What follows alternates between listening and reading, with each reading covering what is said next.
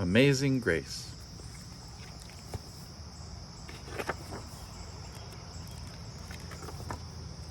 Grace was a girl who loved stories.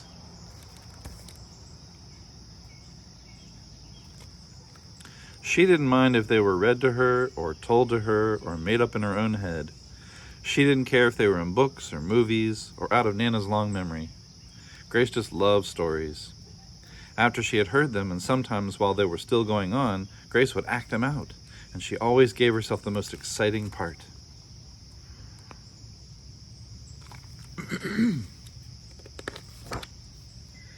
Grace went into battle as Joan of Arc,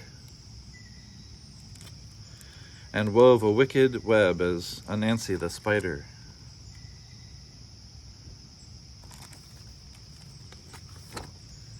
She hid inside the wooden horse at the gates of Troy.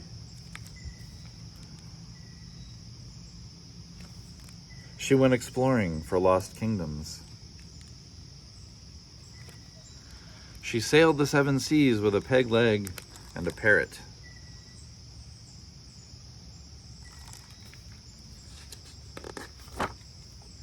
She was Hiawatha sitting by the shining big sea water.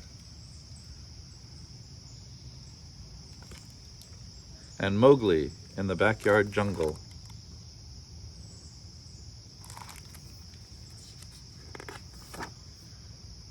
Most of all, Grace loved to act out adventure stories and fairy tales. When there was no one else around, Grace played all the parts herself.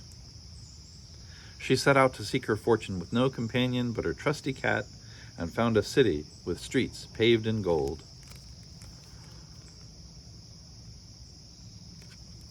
Or she was Aladdin rubbing his magic lamp to make the genie appear.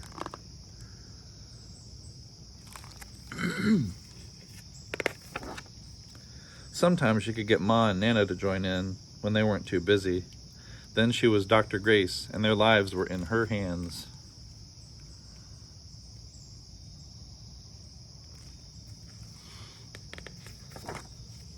One day, Grace's teacher said they would do the play Peter Pan.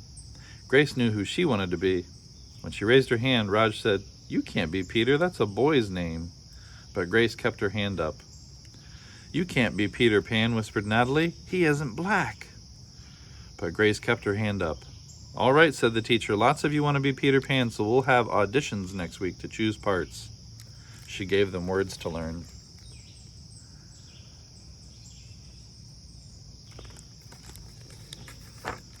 When Grace got home, she seemed sad. "What's the matter?" asked Ma. "Raj said I can't be Peter Pan because I'm a girl." "That just shows what Raj knows," said Ma. A girl can be Peter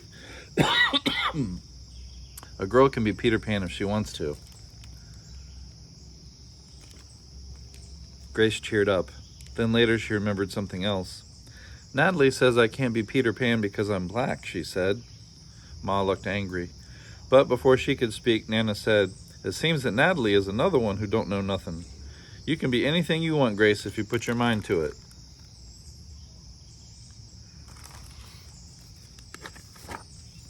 On Saturday, Nana told Grace they were going out. In the afternoon, they caught a bus and train into town. Nana took Grace to a grand theater. The sign outside read Rosalie Wilkins and Romeo and Juliet in sparkling lights. "Are we going to the ballet, Nana?" asked Grace. "We are, honey, but first I want you to look at this picture." Grace looked up and saw a beautiful young ballerina in a tutu. Above the dancer, it said, "Stunning new Juliet."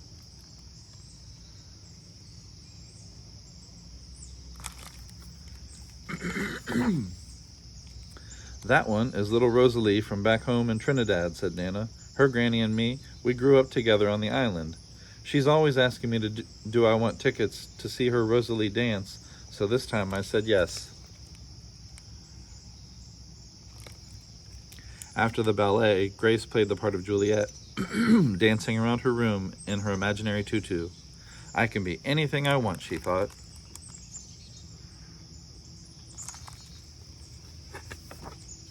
On Monday, the class met for auditions to choose who was best for each part. When it was Grace's turn to be Peter, she knew exactly what to do and all the words to say. She had been Peter Pan all weekend. She took a deep breath and imagined herself flying. When it was time to vote, the class chose Raj to be Captain Hook and Natalie to be Wendy. There was no doubt who would be Peter Pan. Everyone voted for Grace. "You are fantastic," whispered Natalie.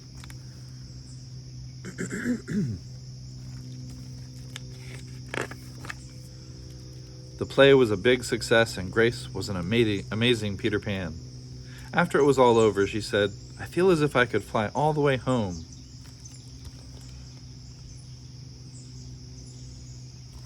"You probably could," said Ma. "Yes," said Nana. If Grace put her mind to it, she can do anything she wants."